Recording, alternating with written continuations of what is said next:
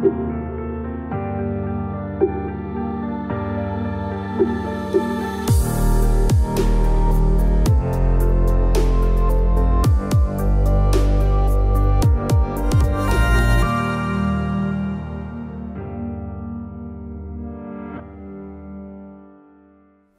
tout le monde et bienvenue dans cette nouvelle vidéo. Sur Animaeki, j'ai déjà eu l'occasion de vous partager quelques cours que j'ai pu prendre avec des professionnels. Je pense notamment à ma vidéo où je vous ai présenté mon séjour au domaine des Scylla avec mon poney, la DAC, où Alice Bouteille avait pu nous donner quelques cours. Mais je pense aussi aux vidéos avec Marc Ardeneuze où lui aussi avait pu me donner 2 cours, un avec chacun de mes 2 poneys. Pour autant, ces vidéos-là vous présentaient soit des extraits assez courts concernant Alice, soit avec Marc, c'était des contenus qui n'étaient pas extrêmement poussés, extrêmement détaillés. Et surtout, avec les 2, j'avais manipulé mes poneys, donc j'avais quand même des points de repère. Cette fois, je vous propose de reprendre ce format d'un cours avec un professionnel, mais en modifiant un petit peu le format, puisque maintenant, je vais essayer d'aller prendre des cours avec des professionnels, mais chez eux, sur place, et puis surtout avec un cheval qui, moi, m'est complètement inconnu. Donc, ça va être une situation de découverte totale pour moi, un nouvel encadrant, un nouveau lieu et un nouveau cheval. Aujourd'hui, le professionnel qu'on va retrouver pour inaugurer ce format, ça va être Christophe Bruyère et j'espère que ça va vous plaire parce que sachez que d'autres cours ont déjà été tournés, ils sont prêts et ils seront publiés au fur et à mesure dans l'année 2020. Je tiens à préciser avant d'avancer plus que ça dans la vidéo que c'est une véritable opportunité pour moi de pouvoir prendre des cours de cette façon-là avec des professionnels, tout simplement parce que vous le savez, je suis autodidacte, j'apprends seule, je pratique seule, et c'est vrai que pour progresser, pour apprendre, c'est pas ce qui est idéal parce que voilà, il n'y a pas de regard extérieur, il n'y a pas quelqu'un de compétent à côté de moi pour m'aider tout simplement. Alors certes, j'ai trouvé des méthodes pour apprendre seule, notamment en me filmant, mais il n'y a pas à dire, ça remplace pas un professionnel compétent. Donc je suis extrêmement heureuse de pouvoir vivre ça grâce à Animaeki et de pouvoir me retrouver comme ça une petite heure de temps en temps avec quelqu'un qui a le savoir et où je puisse apprendre à ses côtés. Donc je suis extrêmement heureuse de vous partager ce cours aujourd'hui avec Christophe. Donc je vous propose qu'on fasse un petit point sur le cheval que je vais manipuler, mais aussi sur le contenu du cours et ensuite on passera à la pratique.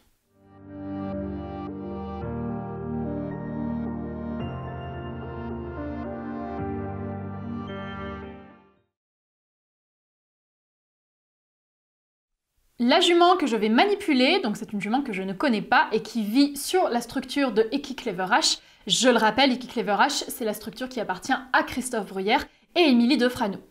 Cette jument, elle s'appelle donc Angel, c'est une KWPN de 9 ans et elle n'appartient ni à Émilie ni à Christophe, tout simplement parce que c'est une jument de propriétaire, elle appartient à Anne et elle est donc pensionnaire à Eki Clever H. C'est une jument qui est issue de l'élevage Team Lacroix. Elle a d'ailleurs été débourrée en équitation éthologique lorsqu'elle était toute jeune par Jean-Marc Clair, qui est très réputé dans le milieu.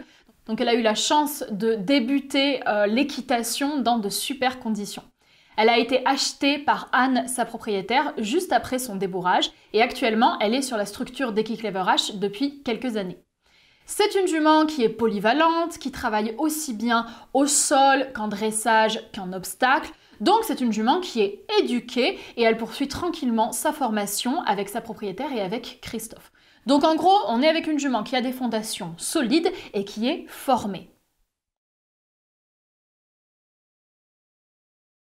Je vais donc prendre un cours avec Angel où on sera encadré par Christophe et je le redis, c'est une opportunité absolument énorme pour moi parce que je travaille tout le temps toute seule, donc d'enfin pouvoir avoir un professionnel avec moi le temps d'une séance, c'est extrêmement précieux. Et en plus, ce sera avec une jument formée, et c'est vrai que c'est très rare que je manipule des chevaux formés, donc ça va me permettre d'avoir un petit peu de nouveauté. Pour cette séance, on a décidé de partir sur du travail au sol, parce que vous le savez, j'ai un tout petit niveau à la monte, donc on s'est concentré à fond sur le travail à pied, et on va avoir 3 axes de travail. On va faire une première partie en licol, qui nous servira à connecter la jument et à revoir un petit peu les bases. On passera ensuite sur du travail en filet à l'épaule, ce sera l'occasion de parler de locomotion et notamment de travailler avec le mors. Et on finira en liberté pour que la jument puisse s'exprimer un petit peu plus et qu'on aborde la notion d'énergie. Dans ce cours, il y a eu beaucoup de matière, on a dit beaucoup de choses, on a fait beaucoup de choses, donc j'ai décidé de vous le diviser en 3 vidéos. Donc aujourd'hui, dans la vidéo que vous êtes en train de regarder actuellement, on ne va parler que de la partie en licol. Sur cette partie-là, on va faire des exercices de fondation, mais à la fin, on va quand même aller chercher un petit peu plus de technique, puisqu'on va essayer d'aller installer chez la jument une attitude qui soit positive, une posture juste, et on va avoir un objectif qui tendra au maximum vers une bonne locomotion. Donc on va déjà parler de locomotion dans cette première vidéo. Donc on va commencer par du basique, et on va aller sur un petit peu plus de précision. Ça, c'est ce qu'on va voir aujourd'hui, et le travail en filet et le travail en liberté, ça arrivera plus tard, dans une deuxième et une troisième vidéo qui seront publiées tranquillement dans quelques jours. Donc voilà pour le programme. Je vous propose donc maintenant de passer sur le terrain pour voir concrètement comment s'est passé ce cours.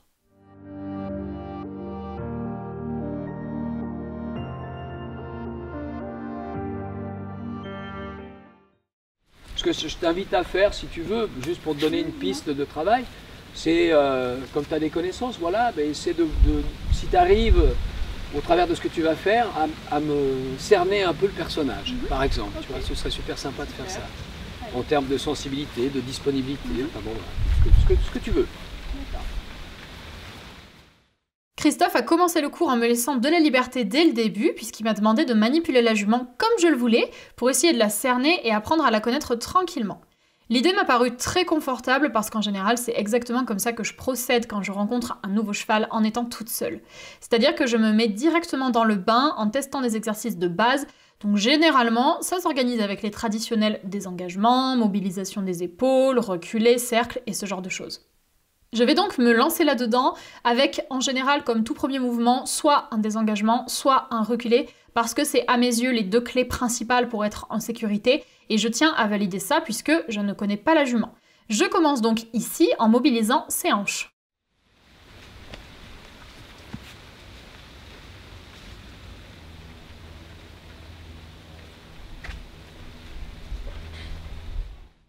Je lui demande aussi de bouger ses épaules, j'ai notamment beaucoup aimé sa réaction ici parce qu'on voit qu'elle s'arrête vraiment quand je m'arrête moi-même, donc la jument n'est absolument pas dans la fuite, c'est agréable. Pendant toute cette phase de connexion où je manipule librement, sans impératif et sans contrainte, j'ai été plutôt déconcertée. Je me suis trouvée très au ralenti, assez lourde et pas réactive, pas vraiment pertinente, et c'est assez fou de voir à quel point la jument se calque là-dessus. Elle adopte exactement la même attitude que moi, et c'est tout à fait logique. Du coup, on est toutes les deux dans une énergie basse, et donc dans un échange que je trouve assez moyen. Je ne saurais pas dire exactement d'où ça vient, et pourquoi est-ce que je me suis retrouvée dans cette attitude qui tend à être relativement passive, mais je note déjà que l'absence du stick, ça m'a un petit peu perturbée, parce que c'est vrai que je travaille quasiment toujours avec. Alors certes, j'ai mon flot de longe, que j'utilise d'ailleurs, mais j'ai quand même cette sensation que mon extension de bras n'est pas là. Et au-delà de ça, c'est surtout que, comme je n'ai pas du tout l'habitude de manipuler avec un professionnel à mes côtés, je pense que je me suis mis un petit peu de pression toute seule, donc ça me fait douter. Comme je constate qu'on est en train de partir sur une espèce de léthargie qui nous entrave plus qu'autre chose, je vais faire une transition montante, que je trouve assez laborieuse et qui manque de réactivité et d'impulsion. J'essaye d'entretenir le mouvement comme je peux, mais clairement, je trouve que c'est plat, ça manque de peps.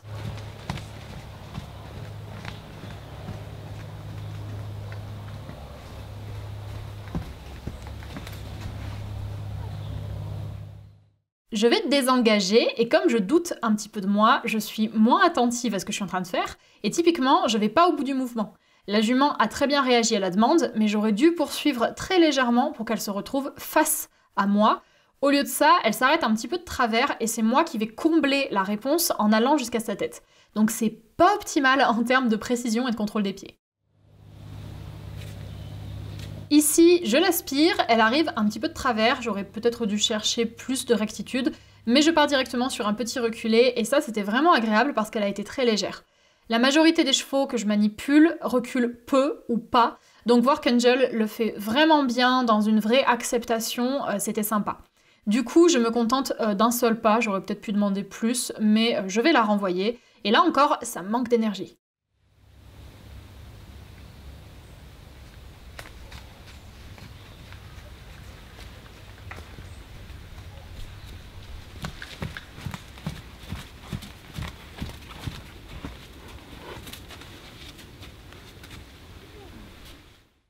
Je préfère largement ce désengagement-là au premier, c'est beaucoup plus propre et on va donc s'arrêter là pour cette première approche et faire le point avec Christophe.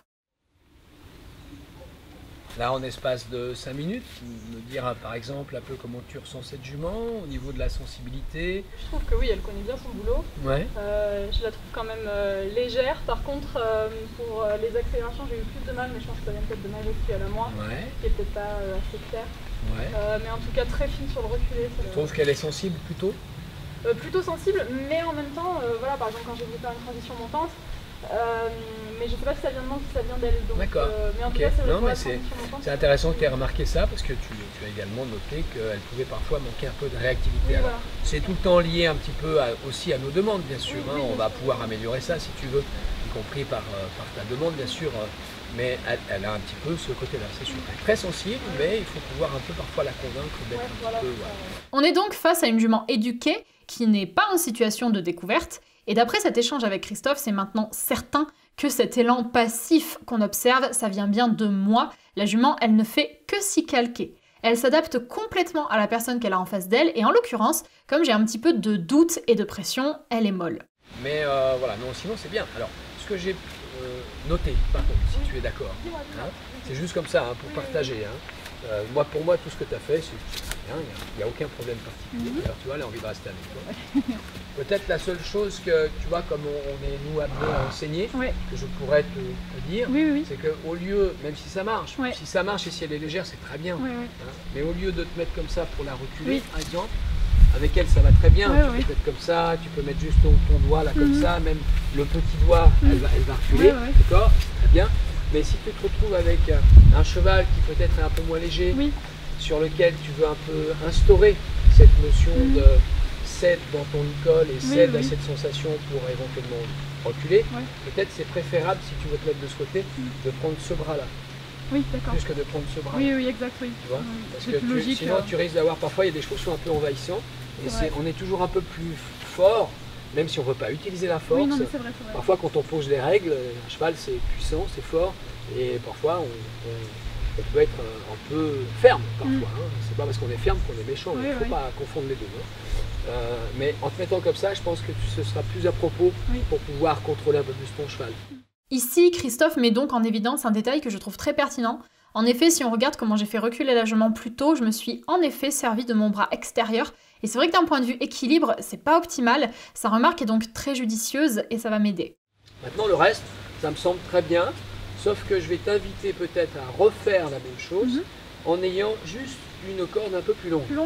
C'est-à-dire que parfois, quand tu viens un petit peu... Oui, j'ai le réflexe de... Voilà, tu viens chercher un peu la tête, tu veux un tout petit peu pousser son arrière-main, mais comme elle est assez légère dans le licol, on ne sait pas trop si c'est toi qui ramène la tête et c'est pour ça qu'elle bouge ses fesses, ou si c'est parce qu'elle va bouger ses fesses simplement parce qu'elle sait le faire et que tu as demandé correctement, tu vois.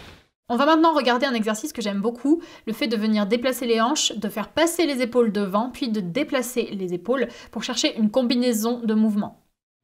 Et puis on va essayer de mobiliser une fois les hanches par exemple, et ensuite les épaules, mais en enchaînant. Il faut que ce soit un peu une invitation, qui ne t'empêche pas de mettre ton énergie. Là, je vais bouger un peu ses hanches, et puis on va enchaîner. Voilà. Donc je marche vers elle. Si je vois qu'elle est un petit peu lente, éventuellement, je peux mettre un tout petit peu plus d'énergie. Et là, tu vas inverser la corde tout en marchant, laisser passer la tête et pousser les épaules. Et quand tu viens là, voilà, tu essaies de venir te positionner pour que l'épaule puisse également bouger. Quand tu vois qu'on a un beau geste comme ça au niveau de l'antérieur, on arrête à ce moment-là. Voilà, là, j'appelle un peu la tête, enfin, je laisse passer la tête et les épaules, et je pousse les épaules, et j'arrête à ce moment-là. Okay. Je teste à mon tour avec une longe plus longue pour essayer de l'oublier un petit peu parce que c'est vrai que j'ai pas mal tendance à m'y raccrocher. Bah, prends une longue plus longue, plus longue, voilà. Un peu comme si tu étais déjà en liberté, tu vois. N'hésite pas à mettre un peu de rythme dans tes pieds. Ici, je commence à me mettre en mouvement pour passer dans l'œil droit de la jument pour ensuite désengager, mais on voit qu'elle me fait obstruction avec sa tête pour me garder dans son œil gauche. Je fais donc une petite pause où je viens caresser pour la rassurer et pour qu'elle me laisse accéder à son côté droit. Elle se sent ensuite plus à l'aise et elle me laisse faire.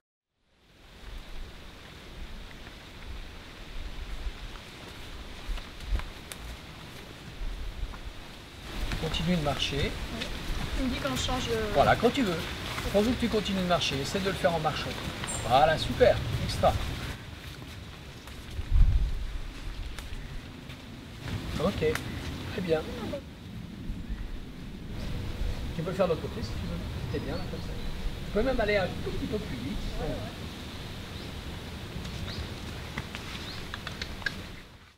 On se rend bien compte ici de cette espèce de lourdeur que je ressens chez moi. Les hanches mettent du temps à partir. Je viens donc actionner mon flow pour que la jument rattrape un petit peu son retard et ça va rentrer dans l'ordre.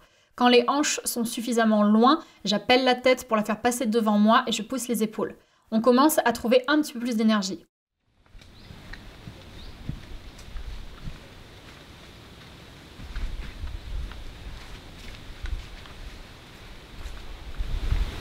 Ok, très bien.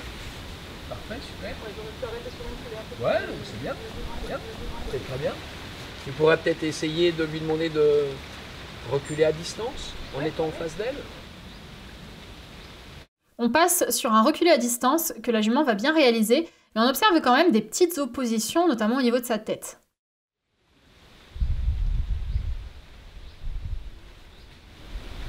Elle plaît pas trop. Elle aimerait bien rester proche. Voilà. Alors, ce qui me plaît bien là dans ce que tu fais, c'est qu'à chaque fois, tu es très attentif quand même au comportement du cheval, au comportement de la jument. Ça, c'est très important pour moi. Tu as noté qu'elle n'aimait pas forcément. Voilà, exactement. Alors, cette jument-là, c'est un autre trait de son caractère, c'est qu'elle, parfois, elle peut être un peu grincheuse. Voilà. Alors, il faut faire attention à la fois que l'on puisse faire en sorte qu'elle accepte de faire ce qu'on attend d'elle, bien sûr. Qu'elle le fasse aussi. Exactement. Que l'idée, c'est qu'elle le fasse avec envie. Et parfois, ce petit côté jument grincheuse qui peut ressortir. Ça peut arriver. Enfin bon, ça va jamais très loin. Mais c'est bien d'en prendre conscience. Ok. Est-ce que tu peux l'inviter maintenant, peut-être? Je lui demande maintenant de venir vers moi, et bien que ça fonctionne, c'est quand même très mou.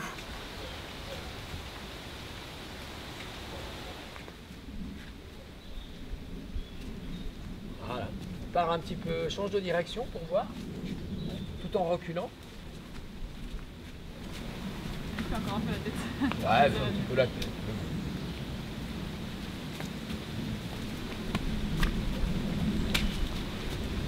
C'est pas bien qu'elle te fasse la tête comme ça, ça. Souvent, quand les oreilles sont vers l'arrière, souvent les gens pensent que c'est un mauvais comportement. C'est pas tout le temps le cas. Hein. Ils ont une grande mobilité au niveau des oreilles et parfois ils écoutent simplement ce qui se passe derrière. Bon, bah c'est bien, ok. On va essayer justement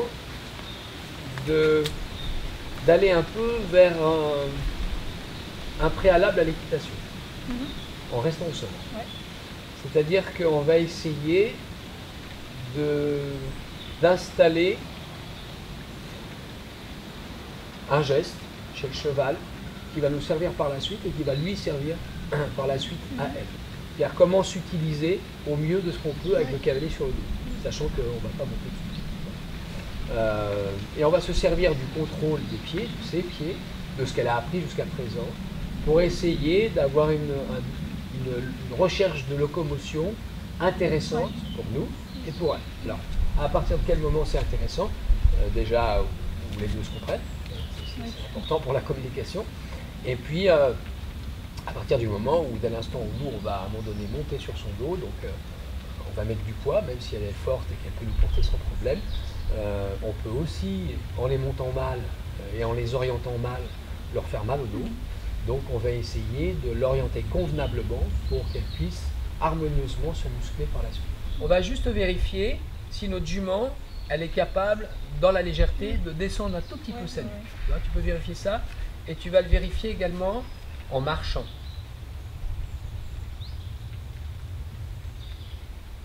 Voilà. Si tu vois qu'elle dort un petit peu, change de place.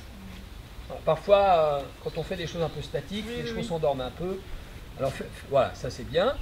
La flexion a mis du temps à venir, donc pour déclencher la réponse, j'ai mis un petit peu de rythme dans ma main avec un léger droite-gauche et ça m'a aidé à débloquer la situation. Très bien, alors je t'invite à le faire en marchant. Tu marches et en même temps tu poses ta main sur le col et tu essaies de voir si tu as la possibilité tout en marchant Elle est tout de suite plus réactive lorsqu'on est au pas, elle s'endort moins. Voilà, tu la caresses. Ça, c'est très bien.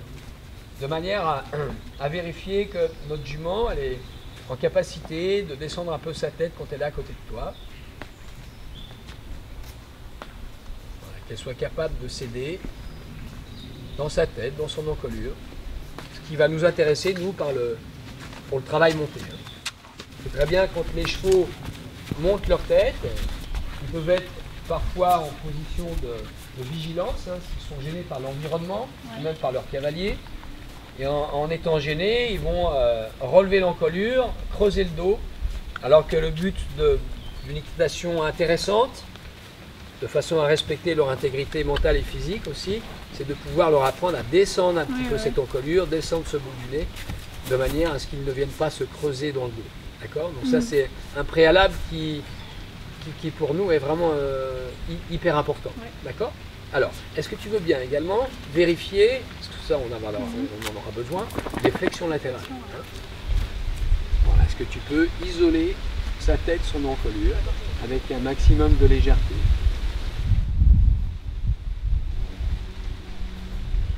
Bien. Ok. On va regarder ça de l'autre côté.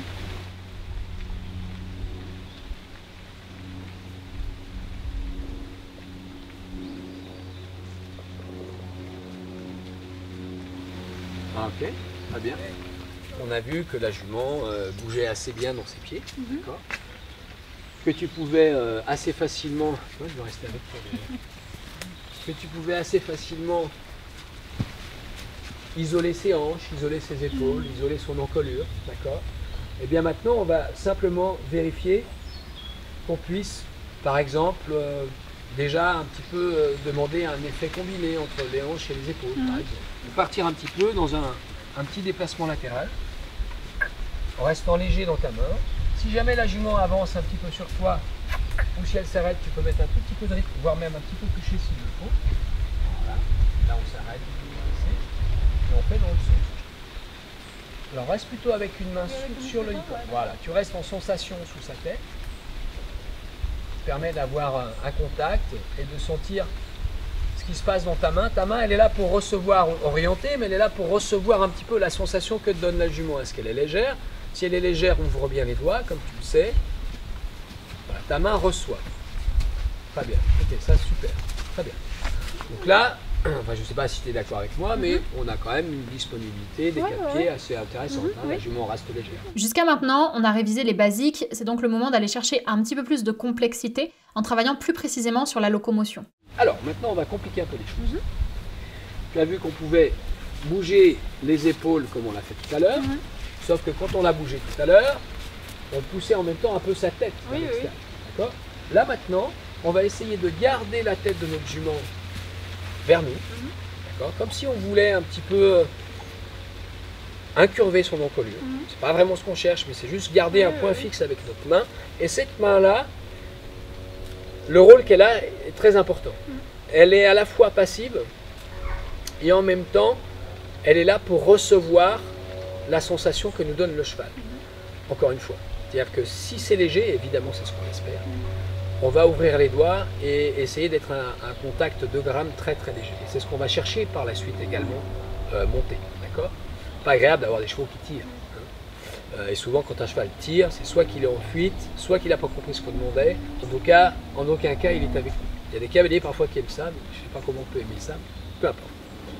Alors, je vais garder la tête vers moi et je vais essayer dans un premier temps de déplacer ses épaules en lui indiquant de faire une volte autour de moi. Mais ce que je vais essayer d'avoir, c'est que son épaule intérieure passe devant l'épaule extérieure. D'accord ? Alors, je peux un tout petit peu mettre un petit peu de mouvement avec mon stick. Voilà. Et je vais essayer de lui faire décrire un cercle. Voilà. On va donc combiner plusieurs actions. La jument doit décrire un petit cercle autour du cavalier qui l'accompagne à l'épaule. On met du pli dans l'encolure, la tête doit être à l'intérieur et on cherche à avoir une épaule intérieure qui s'éloigne du cavalier. En étant sûr que l'épaule ne revient pas sur moi. Pour en être sûr, si j'ai un doute, je continue sur la volte et en même temps, je peux éventuellement la repousser un peu comme on a vu tout à l'heure. à l'extérieur de son cercle. Mais je garde un peu la tête vers moi. Je peux mettre un petit peu de rythme avec mon stick si je sens qu'elle est un tout petit peu en manque de réactivité. Voilà. Et être sûr que l'épaule ait bien la possibilité de s'éloigner. D'accord ? Et là déjà, quand on la voit se déplacer comme ça, elle est déjà dans une attitude intéressante. Hein, en tout cas qui moi m'intéresse. D'accord ? Tu veux essayer ? Garde la tête vers toi. Garde la tête vers toi, tu essaies de mettre une intention par rapport à cette antérieure, à cette épaule. Voilà, ça c'est bien. Tu peux mettre même toute petite pression vers le bas avec ta main gauche. Tu vas peut-être l'aider à trouver un peu la porte de sortie. Voilà, ça c'est très bien. J'ai donc 3 choses à gérer. La mise en avant, le pli et l'épaule intérieure. On va ajouter à ça une attitude qui descend. Avance un peu en gardant la tête vers toi au niveau de son épaule pour lui faire un petit peu, voilà, s'éloigner sur son cercle.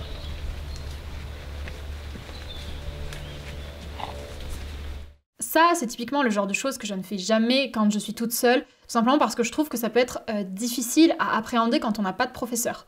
Donc j'ai été très heureuse de travailler ça, parce que ça change de mes habitudes et on se rapproche vraiment d'un travail de dressage. Ok, super, très bien. Okay, tu veux le faire à droite, tu fais à droite. Alors, tu le sais sans doute, on a toujours des chevaux différents suivant le côté où on est, hein, d'accord ? Et assez souvent, d'ailleurs, au niveau des épaules, on a des épaules peut-être parfois un peu moins disponibles à droite, mais c'est pas une règle absolue. Parfois, c'est l'inverse. Garde la tête vers toi.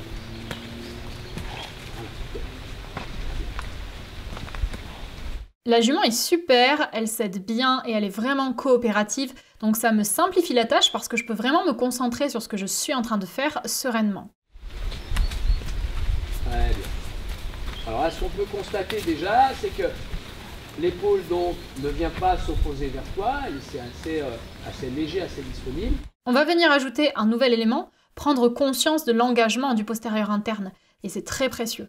Et si on focalise un petit moment sur le postérieur droit, hein, on n'en a pas parlé encore, mais on voit que le postérieur droit vient se positionner sous la masse de la jument, ce qui va l'aider par la suite à descendre son encolure. Et quand l'encolure descend, le dos remonte. Hein, d'accord ? Donc ça, c'est un bénéfice recherché. Et c'est une conséquence. On ne cherche pas à lui faire descendre la tête, simplement en conjuguant la place des 4 pieds, et notamment la disponibilité extrême de l'épaule, tu vas avoir un cheval qui va naturellement descendre sa tête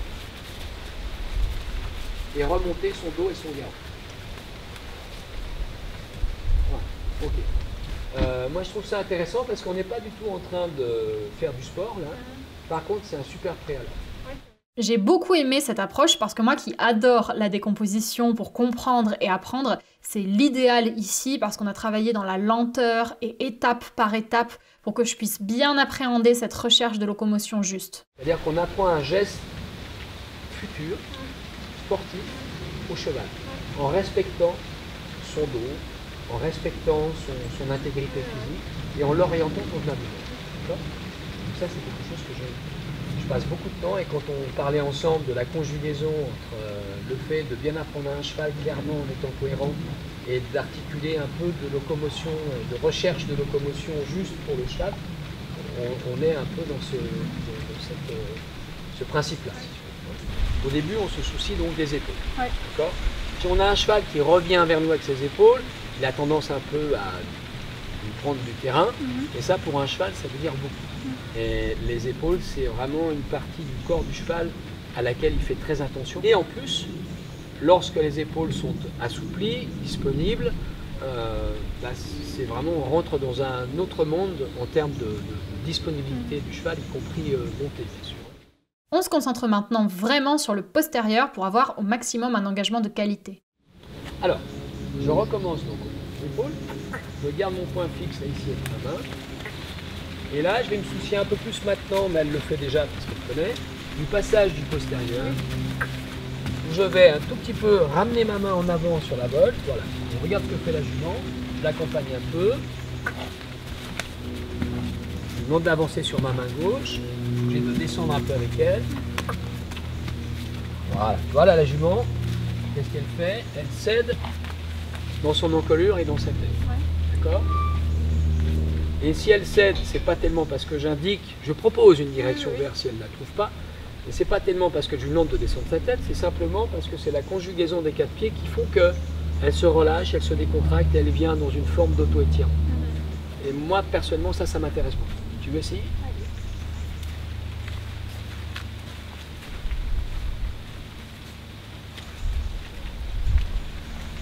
Donc tu commences comme tu as commencé. C'était très bien là ce que tu faisais tout à l'heure. On recommence donc le tout, mais cette fois avec plus de considération pour le postérieur interne et en agissant moins sur les épaules. Donc ici, on mêle tous nos objectifs. La mise en avant, le pli à l'intérieur, la tête qui descend, l'épaule interne qui se tient mais qui s'éloigne plus exagérément, et le postérieur interne qui engage sous la masse. Ne pousse pas sa tête à l'extérieur, garde la tête vers toi. Reste un peu plus devant elle. Voilà. Bien. Vérifie que l'épaule gauche de ta jument est toujours disponible quand au fait d'aller vers l'extérieur. Et quand tu sens que c'est le cas, voilà, déjà tu vois, elle te donne un petit peu d'étirement. Mets une petite direction vers l'avant avec ta main gauche. Voilà, pour remettre les épaules concentriques par rapport au cercle, c'est-à-dire que tu arrêtes de faire déraper les épaules vers l'extérieur. Et tu gardes par contre le passage du postérieur. Et à ce moment-là, ta jument, peut-être tu peux un petit peu l'orienter en lui proposant une direction vers le bas, très légère. Voilà. Tu sens ce qu'elle fait là? Tu as senti que sa tête et son encolure descendaient? Oui. Ok, ben quand la tête descend, et ça se voit, hein, tu ne vois pas parce que tu es mal positionné pour le voir, mais quand la tête descend de cette manière, le dos remonte. Voilà, très bien. Voilà, elle vient de passer. Tu sens? Oui. Cet exercice nous aura donc permis d'aller chercher de la souplesse et une mécanique juste. En engageant son postérieur, Angel vient muscler son dos, donc elle sera plus apte à porter correctement un cavalier. Et on fait tout ça dans une attitude descendante qui favorise la décontraction. Alors, ce qui est intéressant, c'est très bien, hein, tu peux la caresser. Ce qui est intéressant dans cet exercice-là, encore une fois que j'aime beaucoup, c'est que le cheval, on lui apprend ce geste-là dans la lenteur. Oui. Et ça, pour moi, ça c'est important aussi. Oui, pour après, souvent en équitation, on nous dit tout le temps faut avancer, mouvement en avant, rectitude, il faut les avoir droits, alors que là, tu vois, on l'a fait déraper. Oui. Hein, à la limite, on pourrait nous dire que c'est pas bien ce qu'on fait parce qu'on fait déraper le cheval, au malheur. Ou alors parce que le cheval, il est à 2 de tension.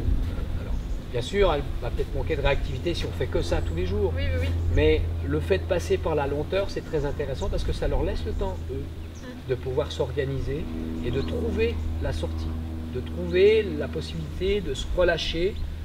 Et lorsqu'ils se relâchent, le dos monte. Ça, c'est quelque chose auquel on fait très attention, Émilie et moi. Vous venez donc de découvrir la première partie du cours. Alors je ne vais pas débriefer plus que ça dans cette vidéo, tout simplement parce qu'on fera un bilan global et beaucoup plus précis dans la dernière vidéo, parce que c'est vrai que là vous n'avez que la première partie, c'est pas très représentatif de tout ce qu'on a fait pendant le cours. Donc on va attendre de tout découvrir et quand vous aurez vu les 3 vidéos, on fera vraiment un bilan détaillé.